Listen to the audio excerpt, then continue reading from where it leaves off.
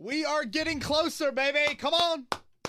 Less than a week away until full pads get put on around the NFL. I love it. Didn't really know if we were going to get here. Well, we are here. That means we're back. Kevin Bowen, Chris Presley. Per usual, another edition of Kevin's Corner. Appreciate you all tuning in. We might start bi-weekly podcasts next week. I don't know. It depends on what the activity looks like out there at West 56th Street. I should be out there. Haven't gotten a schedule yet, but hopefully that'll come here in the next day or so. And, man, I'm excited. You know, Chris, last podcast, I felt like I had that cautious optimism. I was trying to ingrain that and project that into people. I want it to be known, but it's one of those things where you say it, you aren't 100% sure if you mean it. I continue to kind of mean it. And in 2020, when you kind of mean things that has a positive direction, boy, that means a whole lot. So I am still optimistic that the NFL is going to start the season on time and pull it off. Yeah, and it seems like they're doing every measure possible to make this happen, which we knew was going to happen, but right. I continue to be impressed, and like you said numerous times on different podcasts, the advantage they had was time, watching the MLB, watching other sports. They can't have the bubble, but they're doing the best that they can with what they have. They are, and I think that's well put.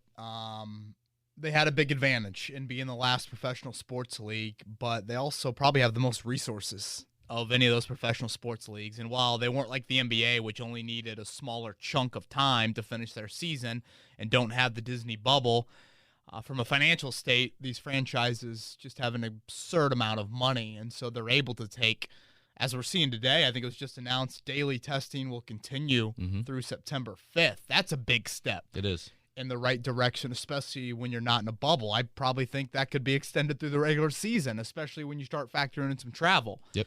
That will happen with your 16-game schedule. So I'm excited. I'm eager. I know college football was a huge damper and a huge downer, and it sucks. I know you love college football. It's my favorite sport to probably watch during the year. I think we have a few Twitter questions on that, so maybe we can save our thoughts when we get to those. Today's podcast will have Nyheim Hines actually join us. I'm excited for that. I filled in for Dan Dockich last Friday and had Nyheim Hines on, so I know all of our listeners might not listen to daily 107.5 The Fan content, so we will have that about at the midway point of the pod. And I did want to hit on a few storylines for training camp. You know, Chris, I think we almost have overlooked this. Oh, yeah. But, like, it's something we talk about each year. Usually it's about the day or two before report day. Now it's, 2 or 3 weeks into camp. But I feel like at times we've kind of like, oh, yeah, there's a 2020 football season that seems to be happening. And, I mean, think about it. It's August 12th. It's so weird. September 10th is the first game. Right. September 13th, Colts in Jacksonville. I mean, a month from today, in about an hour from now, the Colts will be getting on an airplane to go to Jacksonville. I mean, I want to temper my expectations a little bit because I know a lot can happen in a month, but I'm giddy. And about 3 weeks from now, there's a special feature on YouTube that's going to be happening as well. Oh, look at you. Look at you. I kind of forgot that we wanted to mention that on the pod. Yes, virtual Beers with Bowen. We'll see if the title change will change it all. But right now, it's Beers with Bowen. Again, virtual. We're Thursday night, correct? Correct. September the 3rd. Yeah. So we are looking at that date probably around prime time, baby. Yeah, 8 o'clock. I think 8 o'clock, yeah. Is what we're thinking. We obviously did this back in April for the draft. Joey Molinaro did an outstanding job, and I can't wait. It's one of my favorite events to do each year. We kind of do it twice a year is what we've been shooting for. So we'll have some more details in the coming weeks on that, but go ahead and pencil that into your calendar. September 3rd, as Chris said, virtual. Last time we did it YouTube Live. I assume that'll be the same for us. I believe so. Great comment section throughout that hour-long show. Hopefully incorporate some interactive stuff and have a few giveaways. So, thanks for bringing that up. Absolutely. So go ahead and like, subscribe, put your notifications on for our YouTube channel on 107.5 The Fan. I'm looking forward to it. It'll be awesome. It's not the same as doing it in person. Hopefully we can get back to that, very soon. But still, I found myself, this audience is global. We see that in the analytics each and every week. So it is fun to be able to, tap into people that might not be able to come downtown and meet us at a local pub. And finally able to talk about football. Like you mentioned, we are back. Let's get into those camp storylines.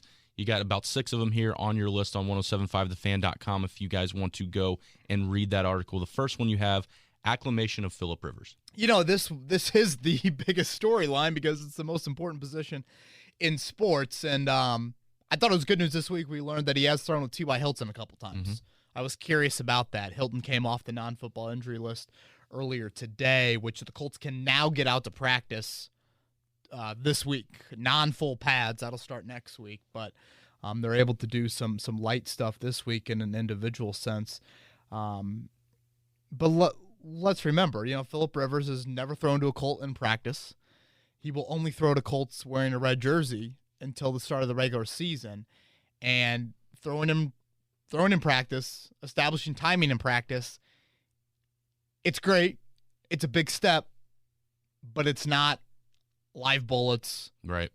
I'm trying to think of a safety for the Jacksonville Jaguars. I was about to say Jonathan Cyprien. There's no way Cyprien is still a Jaguar.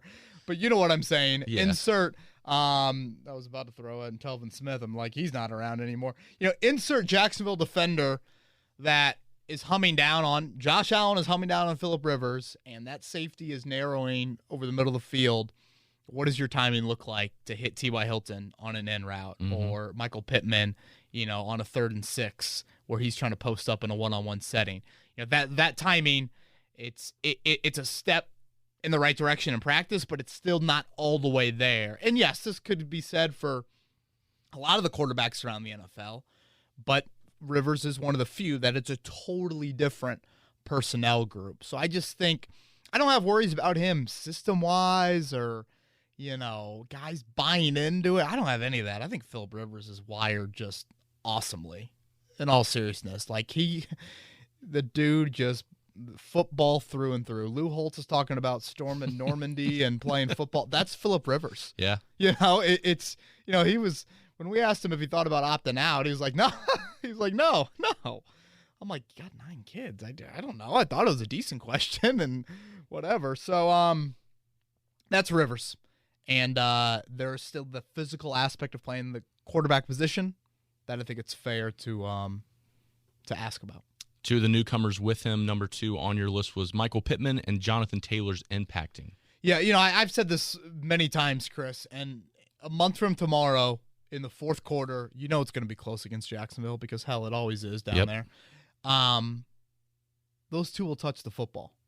And, Frank Reich mentioned today Marlon Mack is the starter at running back, which I think we all kind of knew, but like for our fantasy questions, I guess it was just good to hear that. But I am an adamant proponent or whatever for the Colts to play meaningful football in the month of January. Michael Pittman and Jonathan Taylor need to be significant contributors to this football team. I don't think you can afford for those 2 guys to flop, underwhelm, hit a rookie wall. I think they've got to be big-time guys for you, guys you can count on in week 1 and week 16. So I think they're capable as well. And really, this is kind of where I draw the line on the rookies. Who else? That's this camp storyline that I have of, does anyone else emerge in this rookie class? Because it's difficult, I think, for some of them, to make that impact. We touched on it a few podcasts ago. You don't really need a lot of them. Julian Blackmon would be nice for the second half of the season. But you aren't in a dire position where it's like, yep, that day 3 pick and that day 3 pick and that day 3 pick, you need all those guys. Sure, a guy like Isaiah Rodgers, the Marvell Tell news helps his cause to not only make the football team, but possibly factor into some, sub package stuff. But I always love watching the rookies. It's just, everyone has that intrigue and the unknown. That curiosity is always top of mind. But Pittman, Taylor, impact day one. And being picked that high, they know that too. Oh, yeah. They know exactly what's on their shoulders. Without a doubt. All right, number 3, let's jump into it. It's the questions that everyone wants to know, the COVID ramifications. Yeah, and I know we'll get our usual, Twitter questions about this, so maybe let's just hold off until we get into Twitter time on that. But I stand by what I said earlier, and I guess I feel like I have to repeat myself a few times throughout the podcast, but I legitimately believe that the NFL, I had a buddy of mine, text me today, he's being like, there's no way the NFL is going to do this, right? And it's just kind of like, if you haven't been paying attention to the news cycle, I can see why you wouldn't be optimistic. But if you're legitimately paying attention and not paying attention to necessarily what's going on in the public and in the world, which certainly matters, but if you're actually seeing the numbers the NFL has produced, it's a heavy knock on wood. Ross Lubbers out there, I know sometimes says that I'm a jinxer. Jacoby Brissett said I jinxed him last year too. I don't know, but the USA soccer song, I Believe, Yep. I believe. Love it. We all do. I hope. We got a couple opening starting jobs, Kevin? Yeah, this is something that we have mentioned. Mike linebacker, is that open? Obviously the kicker. Yep. The starting defensive end spot opposite for Jabal Sheard opposite Justin Houston. And then just little playing time stuff. Rocky Senior, Xavier Rhodes, when you are in the base package. I know you're not in it a lot, but when you are in there, what does that look like? What is your dime package? What do the running back carries look like? How do you split up the pass rush reps? And who joins DeForest Buckner, Justin Houston, and you would hope a healthy Kamoko Ture on the field? We were listening to Jonathan Gannon, the Colts DB's corner coach, met the media yesterday, and he mentioned how late last season, his group very much struggled. The pass defense just shredded late last season. He felt like it was a communication issue. They got some young guys in there, too much communication, and that impacted their play. They've eliminated some of that. Good. So, how does that, kind of impact things? I think that's another, defensive storyline amongst, maybe 3 open starting jobs over there as well. Well, let's stay there with the defense. Defense evolving. That's number 5 on your list. This has been a storyline for several years now, and I guess especially last year and year 2 under Matt Eberflus, and I was pretty disappointed by the defense last season. The run defense continues to be pretty good, but in a pass-happy NFL, I'd rather it be flipped. And the pass defense really, really struggled. The addition of DeForest Buckner, goes without saying, just the trickle-down effect that can have for your defense. So, obviously, that will be a big storyline. But when I say defense evolving, I probably mean more schematically, more chess match, more of that. I found myself early this morning waking up, and the Woj bomb happened pretty early on the Nate McMillan news about a new contract extension for him. And while I think there are reasons to bring Nate back, there are reasons to have some questions about Nate. Absolutely. And I think one of them comes down to how much of an advantage do the Pacers have on the sidelines night in and night out? And I think in the NBA, it matters more than the NFL. The NFL, and I say that by this because when you're in the market that the Pacers are in, they're never going to have as talented of a team as the upper echelon of the Eastern Conference. So where else can you get an advantage? Yeah. If you can get that in coaching, boom, that can help you out. That can steal a couple possessions in a game. In the NFL, I think coaching matters a whole lot, but I think when you're in a small market NBA team, it matters even more. So when I think to this defense, I'm like, okay, can you get that advantage schematically at all? Yes, you've improved your talent, but more creative, more disguising. those are some things that I want to see from the defense in 2020. We talked about Pittman. We talked about Taylor, and even mentioned Rodgers. What about the other rookies this year? Blackman would be the guy that I'm most, probably the most unknown about.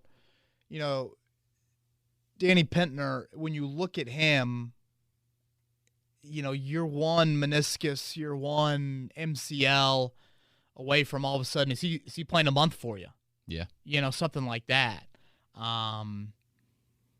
I think that is where I'm at with these rookies. Eason, of course, I don't expect him to take a snap unless, a rash of injuries happen. Rob Windsor, I throw him into competing for a roster spot. I like Jordan Glasgow to make the team. Mm-hmm. Patman would be the other one. I think outside looking in, it's just tough. It's the lack of preseason game reps, I think, really hurts this group. Obviously, the undrafted class. Do we see any of those guys emerge? A couple of guys in the secondary now have to, like what they've seen, of course, from Marvell Tell and Roland Milligan opting out. So, rookie-wise, I still think it's Pittman and Taylor, and then it's just kind of like, okay, Rodrigo Blankenship, are you going to do something for us? So yeah. That's kind of where I'm at with that rookie class. Awesome. Well, those are the 6 things that you have on your Colts training camp storylines. Anything else you want to touch on? No, I think that is it. Let's go to that Nyheim Hines interview. Okay. Let me fire off this text real fast. I'm doing a 20-minute segment for JMV today, so I'm trying to multitask. So yeah, I had Hines on Friday. Thanks to Matt Conti and the Colts PR department for setting that up. I had a couple people reach out to me after the interview and like, wow, I'd never heard Nyheim Hines, and I'm in awe just of the type of person, and just, seems so genuine, and I love it because he loves golf. So of course him and I had to chat a little bit about that. This was taped Friday, so that's my PGA Championship questions that I had to ask him. So yeah, here's the Nyheim Hines interview on Friday. First I got to ask about the golf game. I was observing on Instagram during the offseason. Looked like you were playing some. I was jealous of some of those courses you were playing. It looked like you got a lot of golf in this year. Oh yeah, I was back home in North Carolina. North Carolina, I'd like to biasly say, has some of the best courses in the country. So got some great courses, knew some great people at great places, and shot a few good rounds. So trying to get the game right. What are a few good rounds for Nyheim Hines? 84 is my best. Solid. So I've been golfing the past 2 off seasons, so about 8 or 9 months. So anytime I get in the 80s is a good day for me. So shot 84, 86 a couple of times, 88. Then, the rest of the time is normally 90. I don't know 100 unless it's a bad day. And when it's a bad day, I just drink a couple more beers and it's still a good day. So. Everybody in their car right now nodding their head at that. Are you the best player on the team? Oh, no, probably not. Who is, you think? Absolutely not. Ryan Kelly's pretty good. I played with Phil Rivers. He's pretty good. I'm not sure who the best guy is, but I know guys like Ryan and Mark Gowinski are pretty good, and even our coach Kevin is really good too. So, got a little bit of competition, but I was golfing with Ryan, Phillip, and some of those guys, and I've learned a lot from them. So just the round I played with them. That's such a quarterback thing to be good at golf. Quarterbacks and kickers, I feel like, are always good at golf. Well, how weird has this offseason been for you football-wise? From a workout standpoint, weight room standpoint, how normal or how abnormal was it for you in terms of training before you got back to Indy? It was very abnormal. Just, from April to June, we're here. I get to see the guys. Miss the team a lot. It was cool, even though COVID was unfortunate, it was cool to be back home. I have sick family members and sick moms, so it was cool to, be back. Home, spend extra time with them that I normally wouldn't spend. But, I love football and love this team and love the guys. So it was really weird. I actually had to spend a lot more time on the track. So I couldn't wait to get back to Indy because I promise you I was just running so hard and killing myself on the track. So selfishly for me, I wanted to get back so I didn't have to do any more track workouts. But excited for, the team we put together, excited to get Phillip on board and some new additions like Trey Burton and some other guys. And, excited to talk to those guys and see them and see what they can do on the field. Did you say that your mom was sick? Was that COVID related? Oh no, just my mom. Nobody in my family had COVID. My mom has muscular dystrophy, so shouldn't get to come to all the games. And every game she comes to, I score a touchdown. So maybe this year we'll get her just some more games. But, spending, just grandparents are getting older. And, I'm getting older, but all the older people older than me aren't getting any younger. So perspective-wise, that was the only blessing about COVID, just, staying at home and right. being able to spend time with extra family. Nyheim Hines, Colts running back, wideout, I think kick returner, punt returner here in 2020 as well. Joining us here on the Dan Dockett Show, Kevin Bowen filling in. Currently at the complex, we've heard about contact tracers, one-way hallways, obviously wearing masks. How different has that been for you? And what is kind of a normal day like at the complex? Just, it's weird. Every day there's a drive-through. We get COVID tested every day before we go in the building. We have an off day tomorrow, so I have to wake up and get COVID testing. Then, just mask everywhere. The contact tracers, they beat bread. We have to scatter if we're too close to somebody. And, that's been weird. But other than that, it hasn't been normal, but, it's been like almost our football normal, just plays and stuff. We try, we huddle and stuff. But, other than that, we try not to be as close, which is really weird. You can't really, you don't really touch the guys. We fist bump and stuff now. We don't dap each other up, elbows and stuff.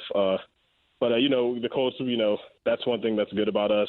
We do everything the right way. We try to win the right way. They teach us things the right way. So, we're taking all the precautions we can to be safe and do things the right way.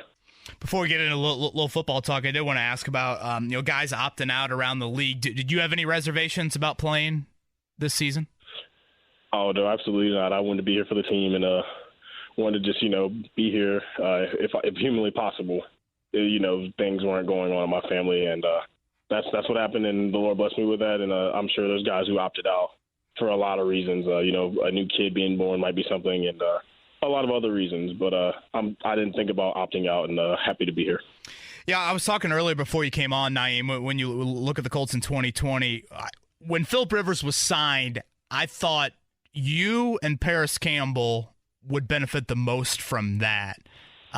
So take me back to March, I guess, when Rivers was signed and just your early impressions and how him coming in here could impact your role and your effectiveness. Just Philip being first off, he's been a great quarterback. He went to the same college as me, so I've heard nothing but stories about him since, I've been I'm from Raleigh, so hearing all those stories about him from college to being, in the NFL and, just keeping an eye on him because, just as having the same alma mater, you always check on the guys who are doing things around the league. And for me personally, I was excited. He messaged me the first day. He was real fiery, real passionate guy. So I've heard my whole life that, he's really passionate about football, loves football. And, it's contagious. I love football too. So it's always great to be around a guy who you can talk football with and, who loves the game.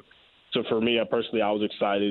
I know he has a knack for throwing the Woodheads, the Sproles, and pass catching backs like me, which is really cool. So I smiled a little bit and was really excited, screenshotted and sent it to friends and family as soon as it was official.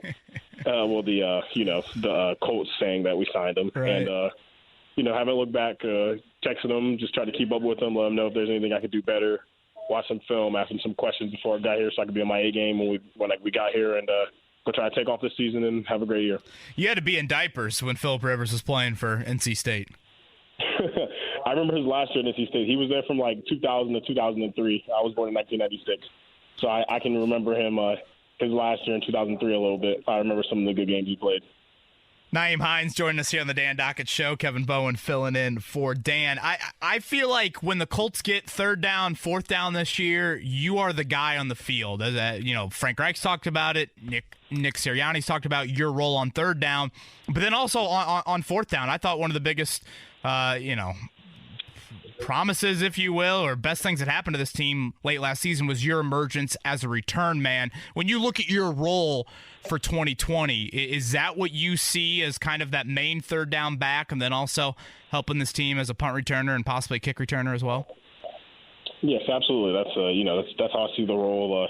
Hopefully I get to come in on first and second down, run the ball sometimes, to keep them honest, not think it's pass all the time. But, when it comes to my role, we have things of what we envision what our role could be. Things happen like last year, injuries happen, things happen, and whatever my role is, hopefully it's that. But I'm going to do my best to just whatever the role is or whatever I'm asked to do, that's what I'm going to do. I want to help this team win, and I've never been a me guy, so if it's playing less or playing more, whichever way it is.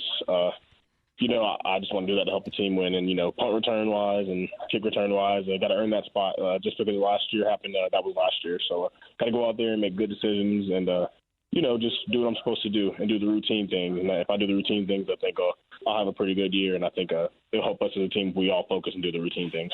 How big of a jolt was that Carolina game for you last year? I know that you've talked about that preseason struggles that you had in 2018, but getting another chance to go back there in regular season games and then obviously, doing you set an NFL record, I'm pretty sure, for all the punt return yards in that game. How important was that for you mentally? It was great. Even throughout the the rookie year and the struggles, there was a lot of negativity going on. And I had to listen to the one person who believed they could do it, and that was me. So every day throughout the struggles, I went out there every day, caught balls. Even when I wasn't returning my rookie year, I caught balls every day. Stayed probably one of the last ones to leave the field, and that still hasn't changed. I still do that now. I've been catching a bunch of balls, and, it's just with the work and all that, it comes confidence. You just got to keep working, and, preparation's equal success. So you got to prepare for that moment. And I was preparing for that moment for 15, 16 weeks, an NFL year. So when I went back there, I wasn't nervous. I knew what to do, and I took off from there. So excited, and, it's not just me. It's those other 10 guys. The whole year I was back there, they blocked well. And they have faith and trust in me, and I have faith and trust in them to do their jobs too. So I just go out there and try to make those guys right. And, it's a lot easier for me when I'm catching the ball back there and they've been blocking a guy for 4 seconds. So when you're doing that, that's a hard thing to do in the NFL. So I just try to, pay them off a little bit and just get a good return for them so they can, just let them know that the work they're doing isn't, taken for granted. When's the last time you've played in front of a 5,000 person crowd? High school. You think it'll be weird? High school. It might be a little bit weird, but it goes back to focus. When away games, when we're at away games like Kansas City, the Seattles of the world, they teach you not to focus on the crowd noise. So now it's just inverted. Now you have to focus. Now you have to focus on there not being a crowd, which is weird. But the name of the game is football, and with or without the crowd, it's still football. And that's what I used to tell myself when I was a rookie. There's more people screaming in the NFL, and I'm like, hey, it's the same thing you've been doing since you were 8 years old. So the same thing we're gonna have to do. Gonna be excited to go out there and play with those guys, and with or without the crowd, I hope we have a crowd. If we don't, we don't. Got to go out there and focus and try to do my job to the best of my ability. You got a pick here for the PGA Championship? I don't know. I was actually watching it a little bit yesterday. I didn't see much. I saw a little bit of Phil and Bryson and Ricky Fowler and some other guys, but I haven't actually kept up with the scores. But I'll be off tomorrow and off early tonight, so I'll probably have a good proposition probably about 6:30 today. Yeah, Bryson breaking that driver yesterday. That was I did see that. I didn't see how he broke it. Did he have another driver? I saw the highlights, but I believe his swing coach went to the truck or went to the car, and I'm pretty sure every player has a backup driver, just in case. Okay. And if you do break it during a round and you don't break it like snap it over your leg, like actually break it because you swung too hard or hit a rock or something like that, then you are able to go to the backup club. But that was just awesome to see. Well, I'm not sure exactly what happened, but I heard he had a 425-yard drive sometime for the past week or so. Yeah, so, he did a couple tournaments ago. He's a video game created player. Like 99 in power in Madden or strength in Madden. That is Bryson DeChambeau on the golf course. I just want to hit a drive. If I hit like a 280-yard drive, that's a good drive for me. I was going to say, I have a feeling Ryan Kelly and Mark Lewinsky probably hit it by you, but you might have a better short game than those guys. I like to think that's the best part of my game. I've had, a lot of chip-ins. I was at Pinehurst at the Cradle, had a hole-in-one. It was about 80 yards out, so pretty good with my 56. That's my favorite club, the 56 and the 48. So may not be the best. If I can just keep the drive in the fairway, normally my iron game and short game can hopefully take over. Do you have a favorite course in Indy? I know you probably play a lot more during the off-season, but do you have a favorite course here? I do like Prairie View a lot. Prairie View. Up in Carmel, yeah. Yep, been to River Glen a couple times, and those are the two I've played the most. I went to Hillcrest too. Hillcrest was very, very nice. Yeah, my father-in-law. I played the most. My father-in-law actually belongs there. They got some great greens at Hillcrest. A lot of trees. But, man, that rough, man. If you hit in the, I almost lost a couple balls just not hitting the fairway like normal, and I'd be like a yard or two off the fairway, and my ball's just tucked in, and it's hard to find. But yeah, it is. That was a challenging course because sometimes I hit it out that the Bermuda grass great, and be short. Then I would club up and hit it over the green. It was giving me some fits. I'm not gonna lie to you. It is much different grass here up in Indiana compared to what you're used to. So, well, hopefully the weather stays nice. You can get out maybe on an off day or two, and most importantly, hope your mom's able to come up and watch you play this year, Nyheim, and expecting a big year from you. And thank you for the time today. Thank you guys for the time. Thanks for having me on. Hope to be on again. There he is, Nyheim Hines. What a great guy. 3rd and 4th down, Chris. I think he's going to be that guy. I think this year he's going to be that guy. I know I've said this when he had his 2018 struggles, fielding punts, and, he wore 42 and looked like, what's the running back, Comer? Is that the running back in Friday Night Lights? Was Comer 42? I think so. When you're a senior, Comer, your girlfriend can't be wearing 42 in the stands, man. Come on now. She wants 21 on her chest. He needed a number change, and it goes back to the kind of the character aspect. That was the first draft with Brian Decker in their building, and Nyheim Hines has a high character. Mm-hmm. And that means when adversity hits and you drop 3 punts and you can't field them, how do you react? Do you hit a wall? Does that define your career, or do you change some things? And I think he's been able to change it. So credit to him, and I know he's a favorite of ours on this podcast, and I expect him to have a big year. Ready to jump into some Twitter questions? Yes. Let's do them. We got a good amount of them this week. Some of them we'll get to from last week as well. As you said, you got to go fill in for JMV, so we will try and get through these fairly quickly. But Stan's going to kick it off this week. We talk a lot about the Colts that are underrated by the national media, but which Colts are most underrated by our own fans? He immediately thinks of Grover Stewart, Al-Qadim Muhammad, Braden Smith, and Jordan Wilkins. Stan, I agree on the first 3. Stewart, Muhammad, and Smith were probably the 3 that immediately came to mind. Jordan Wilkins, I think if you ask fans, they think he should be the starting running back. Yeah. So I don't know if I'm going to go there. I think Rigoberto Sanchez, in all honesty, is a little underrated. I know some people probably don't want to go there. But Al-Qadim Muhammad, Grover Stewart, Braden Smith, for sure atop that list. I think we lose sight of the reliability that Jack Doyle gives this offense. Mm-hmm. And, they don't realize how much Frank Reich plays him. He plays if you look at the amount of snaps Jack Doyle plays, it is right up there with the main tight ends in the NFL. Mm-hmm. I mean, Kelsey, Ertz, those type of guys. So if that's good enough for Frank Reich. I mean, you lose Jack Doyle, now you're scrambling to try and replace that guy. So I would throw him on that list as well. Anton wants to know, with the NFL not doing the bubble, what makes it different from the disaster the MLB is, and why should this succeed? Well, Anton, listen to last week's podcast. I mean, I certainly hit on it. In short, better testing, more testing, better protocols. There's less travel. How many times do I have to say that? Mm-hmm. There's so much less travel in the NFL than Major League Baseball. I also think the whole fear factor. I mean, we've talked about it. The Marlins and the Cardinals and the Lou Williams. And there's a fear factor of I don't want to be the person that lets down everybody in this locker room and their families and potentially the entire league. Yeah. It's one of those things where it's like you get caught the first time drinking, okay. You get caught 2 and 3 times and you start impacting other people with those actions. Now it's like, all right, I might need to, calm some things down here. And that's where the NFL benefits. And I don't have the numbers in front of me, but I want to say I think it's 4 guys have gone on the reserve COVID list in the last 4 days. That's 8,000 tests. Yeah. 4 guys. Mm-hmm. I mean, that's really, really good. It's very good.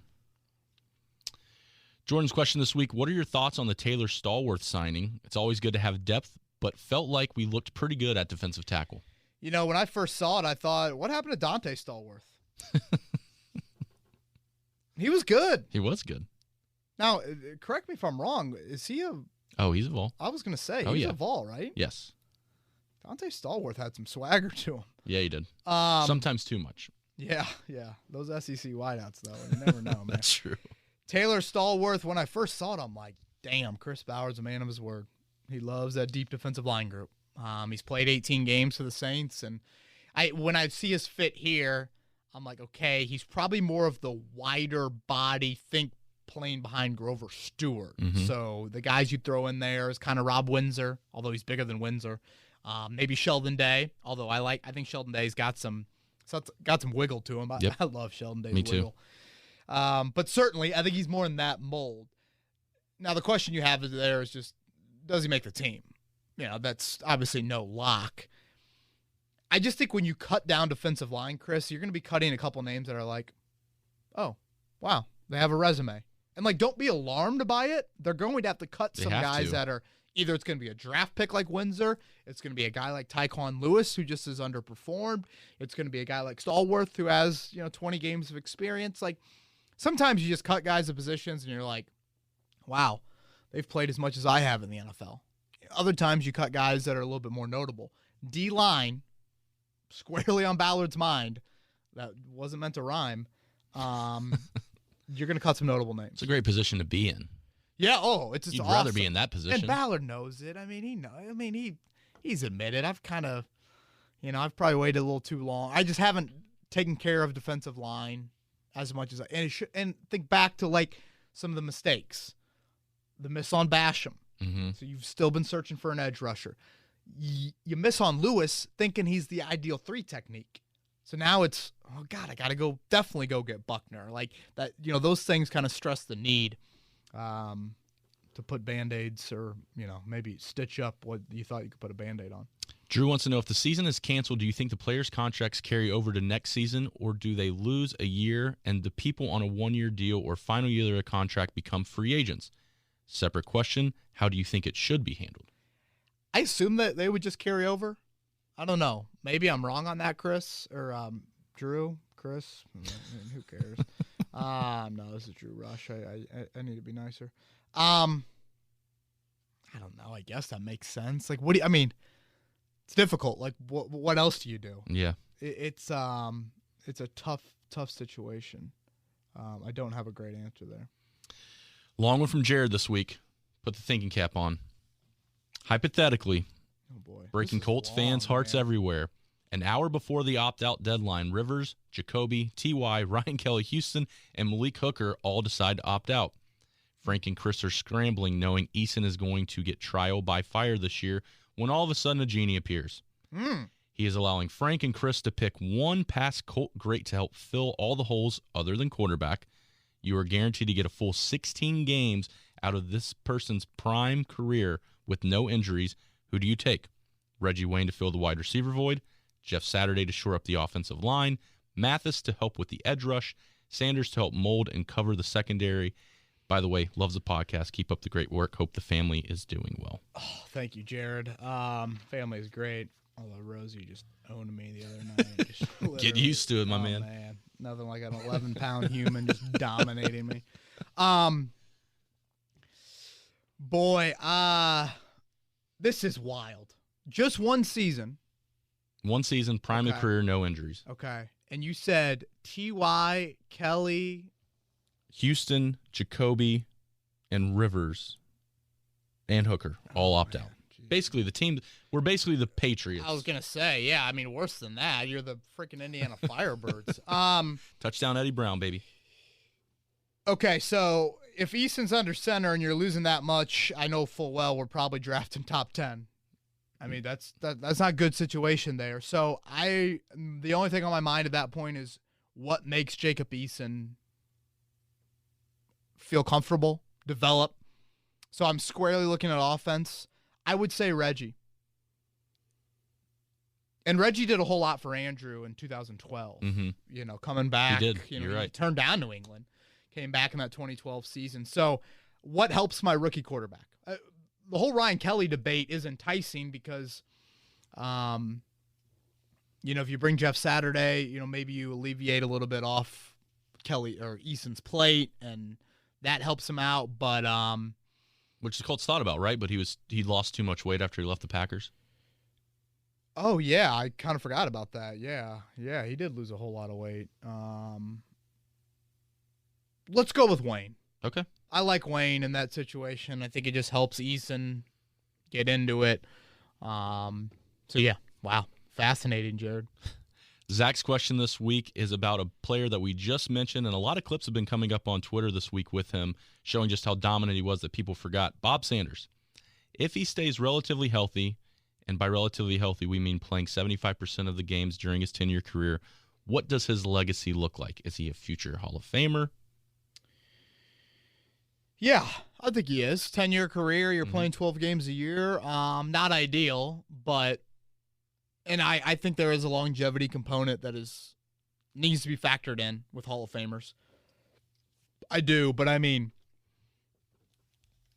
if you're projecting his career out 10 years, he won one Defensive Player of the Year. I'd assume he would have won another. Yeah. I would assume he would have won another Super Bowl. So, I mean, 2 Super Bowls, 2 NFL Defensive Player of the Years. I don't think you're shutting the door at too many guys at Canton. And he played 10. Right. It's not like he played 6 or 8. So, boy, those highlight films that I saw this week.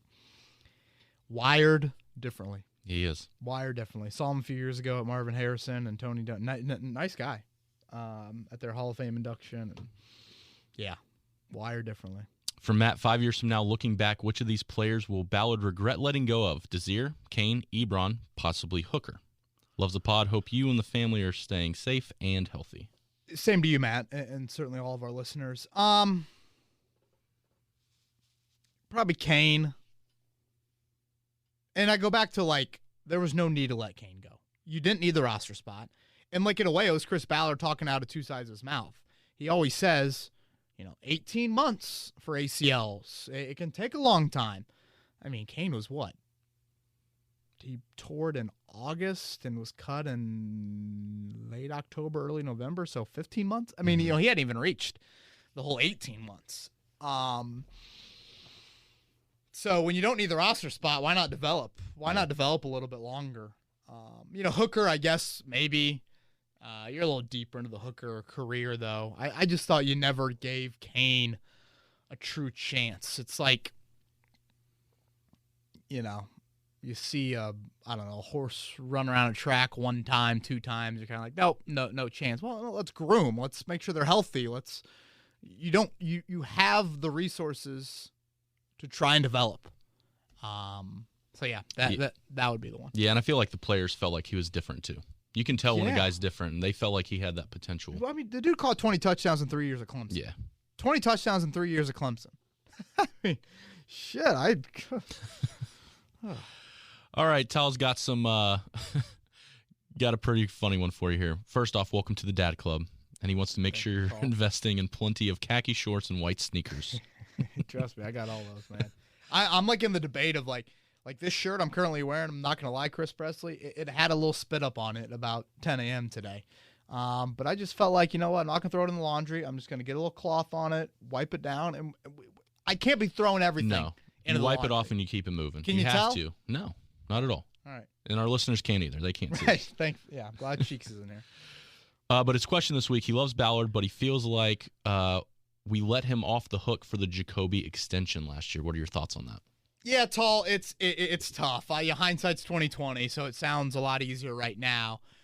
You got to remember, Jacoby Brissett, first off, did a very nice job representing himself in that contract negotiation.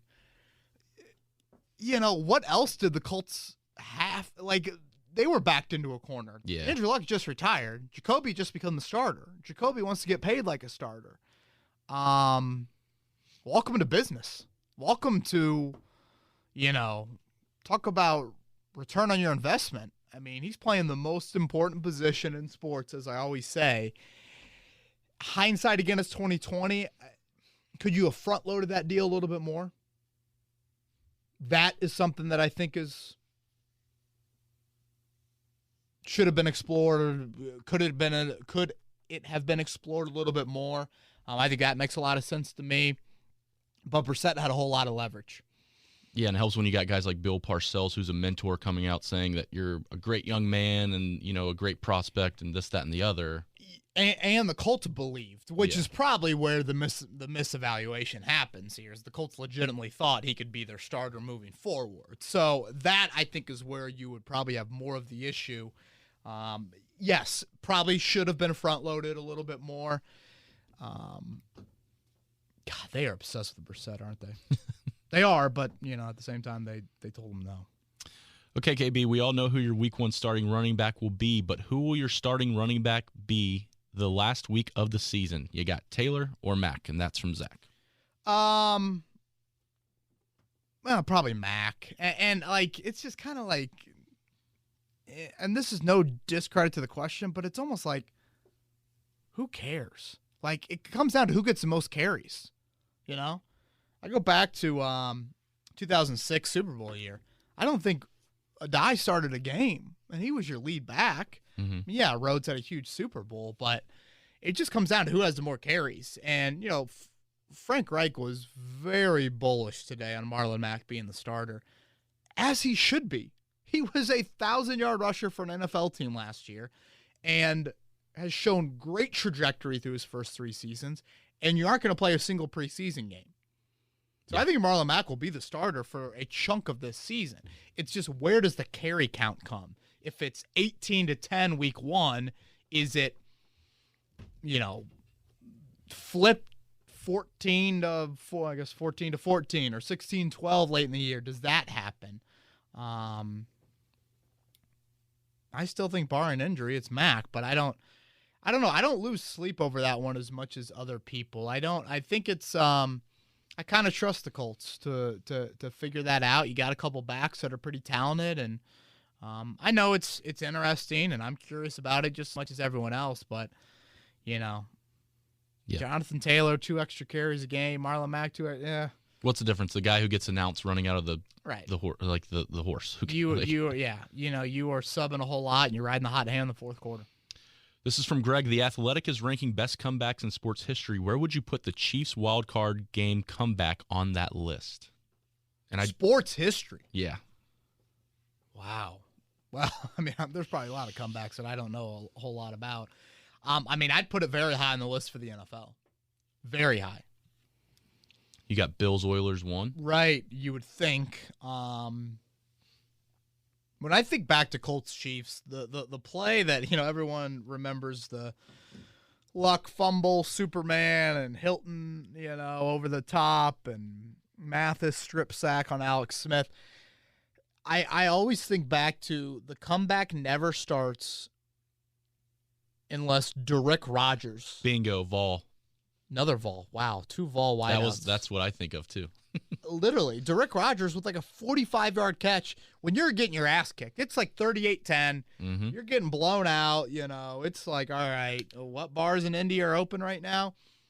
And boom, Derrick Rogers makes a play that just, it's similar to the comeback in Tampa Bay in 2003. Everyone wants to talk about Ricky Williams scoring and Marvin's touchdown and all that. It's Brad Pyatt's kick return. Yep.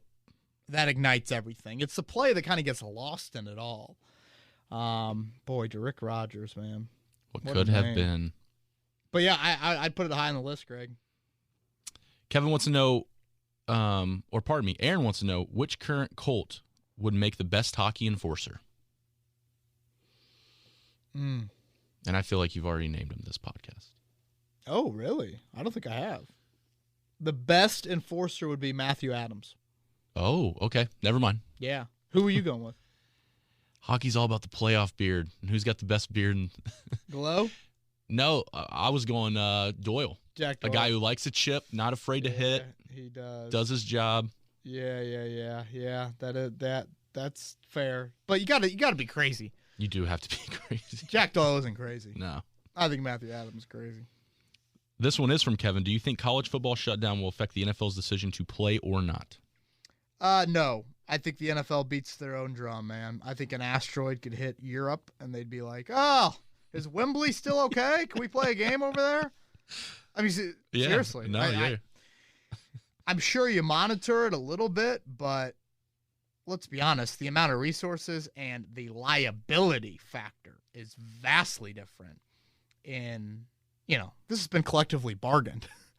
through the Players Association and the NFL. So, no, I honestly I don't. Obviously, you're curious about the ramifications of the draft, of the combine, of the spring season, all those things. And, boy, part of me really hopes the SEC and the ACC and the Big 12 can trudge forward. But you wonder if that doesn't happen, do you move these Thursday night games to Saturday night? Could that help with safety? Mm-hmm. Now you aren't playing on the short weeks. The players would love it. So, and you're at least in that Saturday night, prime slot. From Fabio, is there any cornerback worth giving a chance as a free agent at this point? He said corner? You said is there corner? Cornerback, yes. I mentioned a few names last week. Tremaine Johnson. Everyone wants to talk about Logan Ryan. He's a slot. I mean, you don't need a slot. Morris Claiborne. Drake Kirkpatrick, I think, is up there. It's those longer outside guys that I think you would look into. But again, it's those guys I think are only going to come here if there is definite playing time open. Definite playing time open. So I just think it's something to where you would need one more injury for those guys really to want to come here. Having said that, Xavier Rhodes' health is monumental. Mm-hmm. Monumental to this team. Him and Rocky Seen, both of them, because you've lost that long outside corner. Isaiah Rodgers, he's not really that. We know Kenny Moore can be that, but you'd like him in the slot. TJ Carey, is he more of a slot than an outside? I know he's played both, but still. So, yeah, I don't – maybe kick the tires on one of those guys, but do those guys want to come in your building? That's the other thing you have to remember. Sam wants to know, could you see the Colts having 2 1,000-yard rushers in Mack and Taylor this year? No. I mean, it's hard. It's just hard, man. That's a whole lot of yards. Phillip Rivers is a gunslinger. I know there might be some games he only throws it 18 times. How about that gif? That gif. Unfreaking believable. I tweeted. Every time he scores a touchdown, I will tweet it. Every time he throws a touchdown, I will tweet that gif. It's so funny. It is just so dad. D-A-freaking D. I wonder if they told him to do it or if they're like, just do something, and that's just what he came up with. Oh, this is my go-to. This is my TikTok video. His kids are like, dang it, Dad, not the guns. Oh, can you imagine his daughters? Yeah, 2,000-yard rushers is just... It's just a lot, and you need them both to be healthy, for sure, as well, so... No. Craig wants to know how many players can go on the practice squad this year. He's heard that some are protected on the practice squad so they can't be taken by another team. Is that true? Who would you protect? Yeah, you've got 16 that can be on the practice squad this year. I believe eligibility for practice squad gets thrown out the window as well. Usually it's like, how many accrued seasons do you have? Mm-hmm. So I think that's thrown out. As far as protection, I'm always going to protect an offensive lineman. Maybe a quarterback. I assume Jacob Eason would be on your 53-man roster, but if you really are afraid about that position, maybe you protect a quarterback. You always want to protect your draft picks. Yep. So certainly them. I think wherever you have the least amount of depth. So that could be a fluid situation of what your roster looks like week to week, but those would be the areas that I would be looking into. Derek's question this week stems a little bit off of something you mentioned 2 questions ago. Can you please tell him your thoughts on Logan Ryan getting picked up by us, if it's possible, and how would he fit? Yeah, I'm going to say no. You need long outside corners. He's a slot guy. You have Kenny Moore. I just think, I think that's what it comes down to. Ray's question, how much better will the defense be with the addition of DeForest Buckner? Very. It's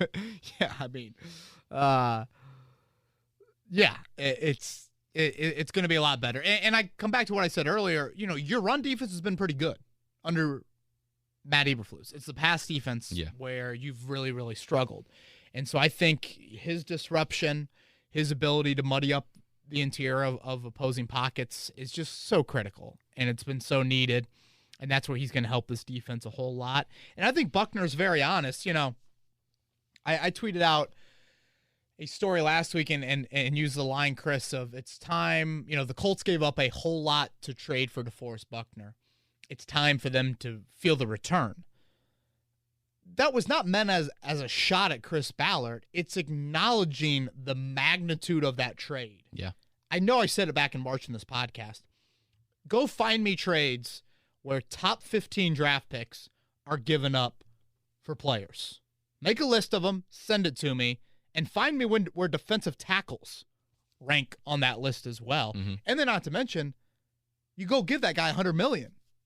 Yeah. I mean, this was twofold. This was a draft pick and then Mm-hmm. the massive extension as well. This was not some TJ Warren type of deal, and you get him for 3 years on a very reasonable contract. You paid the dude.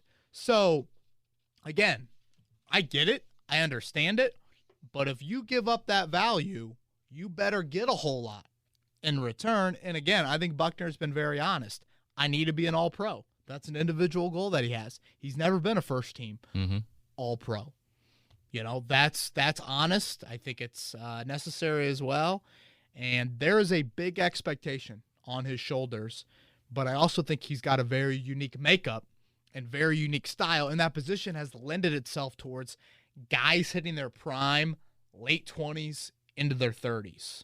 Cameron Hayward, Donald, Chris Jones. These guys that have reached that second contract have really hit their best years then. That's Buckner now. Cody's question is one that we really got to think about now with a lot of college football being canceled. How much pressure is on the scouting staff? It feels like 2021 could be another year where it's smarter to trade a first-round pick for a proven NFL player rather than a kid that might not have a lot of film to evaluate. So my mom is babysitting Rosie right now. Yeah. And my wife wants me to text my mom and ask her how it's going, maybe ask for a pick. I'm like, Jesus. I mean, what do you think? You think she's, got her outside doing wind sprints in the backyard in the heat? If there's anyone you can trust with your child, it is your mother. Right? You would hope. It's such a mom thing. I mean, yeah, it is such a mom thing. Okay. Area scouts will be monumental. They mean so much. So Chris Presley, you have the Southeast. How well do you know the coaching staffs of those Southeast schools? Because that's what you're relying on for character. Think back to the Jacob Eason scouting process. The Colts sent Brian Decker to Seattle. They sent Ed Dodds. The two most important people to Chris Ballard in that building, non-Frank Reich division. He sends them on a plane to Seattle to go scout Jacob Eason. Mm-hmm. That can't happen this year. Right. That's very unlikely to happen this year. So how do you get that intel? How do you get that information? It's the area scouts that have cultivated those relationships with those universities. So it's going to come down to that. And it's also going to come down to when you are, when you're Chris McGaha and you're the West Coast scout for the Colts and you're at USC's practice, did you watch some of the other guys that weren't draft eligible? That's key as well. So, man, it's huge, dude. Guys are going to fall through cracks. I'm never a big fan of trading the first round picks. And I also think the Colts financially need a first round rookie on a rookie deal. Mm-hmm. You're kind of playing with fire if you start doing that year in and year out. But some guys are going to fall through the cracks. Yeah, that coaching relationship is huge because I was watching I don't know if you saw it, you probably did, the Belichick-Saban NFL documentary where they set them both down. Yeah. Epic. And Saban was so honest in the fact that he goes, there were so many of my guys that got drafted by a team, and I'm like, why the heck did he go there? Like, what are you doing? And if they would have just called me and asked me about this player, I would have told him he's not going to fit into your scheme that well. Exactly. It's nuts how many scouts don't even just talk to the coach. No, and make sure you trust those opinions. Saban will be candid. Yes. Some coaches might be a little bit more afraid of that, but you got to dig into that background. Tito wants to know, with Chester Rogers getting signed. Hey, let's go rapid fire here. Okay. I want to make sure that we get through all the rest of these. We got about 10 minutes left to record, so let's go pretty quick on these. Okay. Chester Rogers getting signed elsewhere. How well would he have played with the Colts? How well does he need to play for the Colts to get a compensation pick if we're still able to get that. Yeah, Colts cannot get one. Compensation period is gone, so Chester Rogers and the Dolphins, good luck. It matters nothing to the Colts. I think the compensation period ends like in the spring. Okay. From Zach, coming from a fantasy aspect, it is absolutely guaranteed. Is it absolutely guaranteed that Jonathan Taylor takes his starting spot from Mac? Taylor's draft price has exploded while Mac's has plummeted. Does Mac have any kind of role if he loses his job besides giving Taylor a breather? Man, part of me is like, where do these questions come? Like, it sounds like a Vegas line has moved because of injury. Like Frank Reich just said today, Marlon Mack is the starting running back. So I don't, unless you can predict the future, I don't. Breather, I see more of a split series and you ride the hot hand, unless Marlon Mack falls off a cliff and tears something or other. I still expect a decent workload for him, even if Jonathan Taylor becomes the number one guy. So, no, I think right now, Marlon Mack is your starter week 1. And honestly, I don't think you can predict week 2 or beyond, which I know is tough until you see week 1 unfold. Jay was listening to the Brian Baker interview from Tuesday and wondered what kind of year would it take for Justin Houston to get re-signed after the 2020 season? Yeah, Jay, it's a good question. And Brian Baker is a fascinating interview. Listen, the new defensive line coach. Honestly, I think it takes, Chris, more of a lack of development from the young guys. Banagoo, Turay, Lewis. If they don't develop and Houston gives you 14 games, 8 sacks, then I think he could be back. They love his leadership. They love how he works. And he's got to be fired up for a Super Bowl after what he just saw his former team do.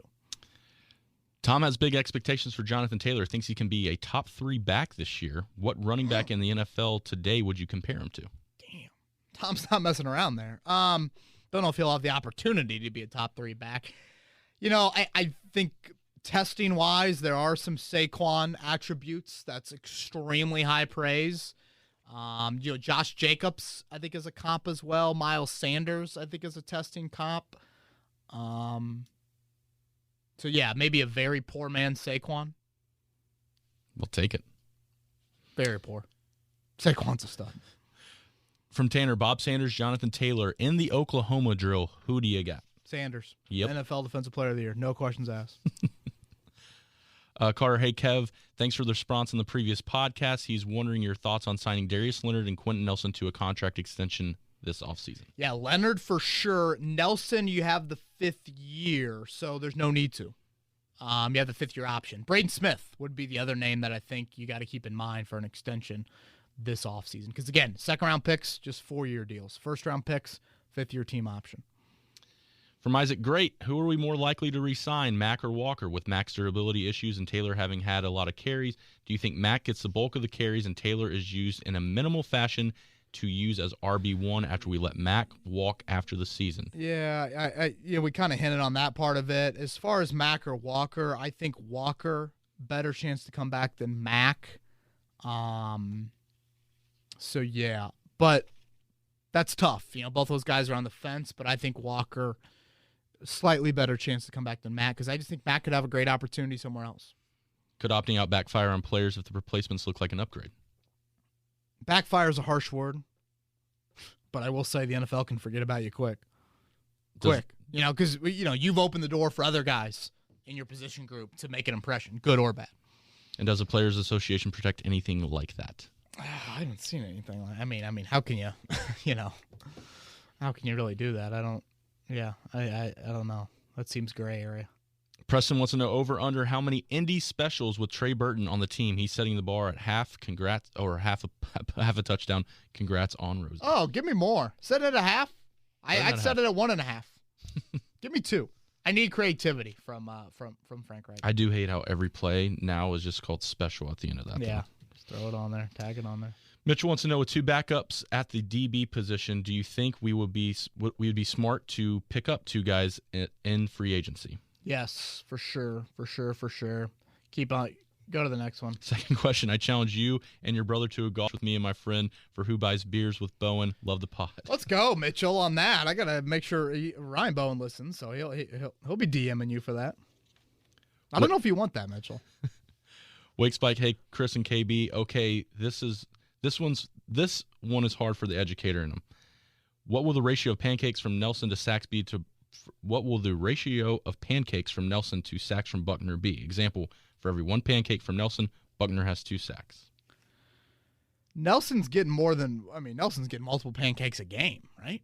So, I mean, a huge ratio difference, Nelson to Buckner sacks. Yeah, I mean, okay, Nelson gets 3 pancakes a game. What's that, 48 for the year? Buckner gets 8 sacks, 9 sacks. Tanner has a hockey question for you. It's one that's been bothering him for a while. He's from Nashville, so naturally he loves the Predators. Since there's not an NHL team in Indiana, who do we pull for if we watch hockey? His dad's side's from Scottsburg, and they don't really care for hockey. I don't know, Chris. Who do? I mean, Blackhawks. I don't know. We probably jump on board with every Chicago.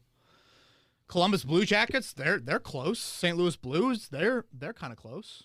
I'm a Red Wings guy. Okay, that's fair. It's been tough. Yeah, hey, we aren't a big hockey town. Sorry, Indy Fuel. That's right. Patrick wants to know, we've seen players opting out this season, but have you seen any coaches opting out yet? Do coaches have a similar payout agreement as players if they do decide to opt out? It's a great question, Patrick. Yes, I have not seen that at all. There's no union for them. I know Frank Wright kind of downplayed it. And I think something that I've said earlier, it's like coaches don't get that close to players. Like, this is not, I guess I'm stuck on Friday Night Lights. This is not like Don Billingsley father, duct taping the ball to his son and coming on the practice field. It's not, for the most part, you aren't super hands-on, and I assume coaches will be wearing masks on the practice field. I think we've seen some pictures about that. Blaze wants to know, which pair do you think is going to have more yards combined, T.Y. Hilton and Pittman Jr., or Marlon Mack and Jonathan Taylor? Oh, boy. That's a good one. Probably the latter. Yeah. That's a good one. I got to think, man, that's tough. I got to think this. Okay, Mack, 1,100 rushing yards. Jonathan Taylor, 750. Hilton, 1,200, and Pittman, 500. I don't know, 600, which is a lot for a rookie. Yes, it is. Hilton says he's bigger, says he's faster. He's off the. I mean, as long as Hilton's healthy, this could be close, but I think Mack and Taylor, are 1 and 2. Like, that's without a doubt on the running back depth chart. Wide out, there could be some games where Paris Campbell or Zach Pascal eat into Michael Pittman's receptions yards. Alec wants to know, who would be more loved in the city of Indianapolis, a quarterback from Notre Dame playing quarterback for the Colts, or a guy from IU like Oladipo playing for the Pacers? Obvious answer to him is the Colts. No. But as big basketball state, I think so too. No, I mean, I love Notre Dame, and 90% of people hate Notre Dame. Like, people either love or hate Notre Dame. Yeah, in this state you have Purdue fans, but no. IU basketball, like, literally, if Romeo Langford would have done something at IU of significance and then been drafted by the Pacers, I mean, the town of New Albany would have had half of Bankers Life Fieldhouse every night. I'm sure there's people who still want it offered over Reggie, even after seeing Reggie's career. Yeah, and I will say this, like, the quarterback is obviously bigger than anything. Like, the quarterback means everything, but Notre Dame is not as beloved in the city of Indianapolis, I think, as, like, you would think, or at least, like, Notre Dame quarterback is not viewed as, like, the hometown player like an IU player would be. Travis has a good one. Has the league discussed any penalties for teams lying about star players testing positive for the COVID status and allowing him to play? Yeah, I'm sure they have behind the scenes, but Travis, I don't know. I mean, seriously, there is some gray area. Stafford, the false positives with him and whatnot. So yeah. Chad's normally not a doom and gloom guy, but for fun, say the season ends after 3 weeks. What's the draft look like? Do you just look at the last 16 games played, or what? That's a good question. I've never really thought about it. Yeah, last 16 games would kind of make sense. I don't know. Maybe go after these 3 games and then strength of schedule everyone from there. That might be a little skewed, but that's probably something. Man, that would matter a whole lot. Can you imagine if you got off to a bad start? Yeah. If you're like the Chiefs and you were 1 and 2 or something? Yeah, the 7th overall pick. Boy, Chad, that's a good one. Jason wants to know, with COVID practice squad rules allowing for 6 spots with any amount of experience, which players could you see ending up on the practice squad that may have been cut in normal years? Yeah, I'm a fan of the one at each position. We've talked about that. Fountain, Johnson, Ashton Dulin, Desmond Patman, one of those guys, Taekwondo or Rob Windsor, Matthew Adams or Zaire Franklin. Does Isaiah Rodgers make the team now? You would think so. He could have been a practice squad guy. Carter O'Donnell, the undrafted free agent out of Canada, who's a tackle. Pretty much just think of all of your day 3 draft picks that could normally be cut, and then your higher end undrafted free agents, and then some mix of veterans as well. 16's a whole lot. Yes, it is. Okay, 3 more here quickly. Mr. Blue Shoe, any chance we bring in Griffin or Clowney to put this D line over the top? Probably not. No, at this point, I think it's all about the young guys. The Colts do have what, 20? I think it's 22 million in cap space, but no, I think it'll be the young ends. Big fan of the show. Gary wants to know, we all know the Patriots are gaming the COVID thing. In your opinion, what's their play, and will they get away with it like always? This is the most ludicrous question. How are they gaming it? You think Belichick's being Dante Hightower, forego $14 million and sit out this year? What does Dante Hightower get out of that? He's screw that. No, I want my money. No, there's legitimate health reasons, Gary. I mean, Marcus Cannon's a cancer survivor. Come on. Are they really gaming it? They just lost Braden Smith, Darius Leonard, and Kari Wilson. And again, why would these guys opt out and forego all these millions? I mean, we all want New England Patriot conspiracy theories. And I've heard this one, and it's just outrageous. All right, last one this week's from John. Let's say we get through the season and make the playoffs. Rivers, Costanzo, Hilton, Houston, and Stewart all come back for the 2021 season, but every other starter in a contract year walks. What position are you targeting with free agency, and what positions are you drafting? Oh, boy, that's a lot. That's loaded. Okay, Rivers, Costanzo, Hilton, Houston, Stewart all come back. Mm-hmm. So that means Mack walks, Burton walks, Houston, Autry, Rhodes, Danny Pittner, your center. Okay, tight end, running back, I'd go through the draft. You need a versatile defensive lineman, and you need a corner. Probably a big-name corner. Rhodes would be walking as well because, Marvell Tell, the uncertainty of him coming back. Mm-hmm. So, boy, that was great. All right, sorry about the rapid fire there to end. Got to go host J&B. He's Chris Presley. I'm Kevin Bowen. We'll be back next week. We'll be at practices. Start next week. Can't wait. And for the latest, 1075thefan.com.